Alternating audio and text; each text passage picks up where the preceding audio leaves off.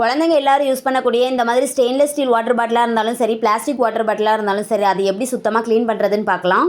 இதுக்கு முதல்ல தேவையான ஒரு கைப்பிடி கல்லுப்பு எடுத்து 2 பாட்டிலையும் கொஞ்சம் கொஞ்சமாக சேர்த்துக்கலாம்.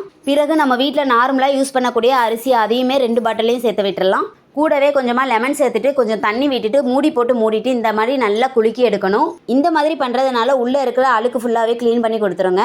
இப்போ வெளிப்பக்கமாக க்ளீன் பண்ணி எடுக்கிறதுக்கு கொஞ்சமாக தண்ணி, விம்ஜெல், பேக்கிங் சோடா இதெல்லாமே சேர்த்துட்டு ஆல்ரெடி எடுத்து வச்சிருக்க லெமனுடைய தோலை இந்த லிக்யூடில் டிப் பண்ணிவிட்டு நல்லா தேய்ச்சி எடுக்கணும். இந்த மாதிரி தேய்ச்சி எடுக்கும்போது பாட்டிலில் ஸ்க்ராச்சஸ்லாம் விழாது, சூப்பராக க்ளீன் பண்ணி கொடுத்துரும். பாட்டிலில் இருக்கிற மூடிகளில் அதிகமான கிருமிகள் இருக்கிறதோட பேட் ஸ்மெல்லும் வரும்.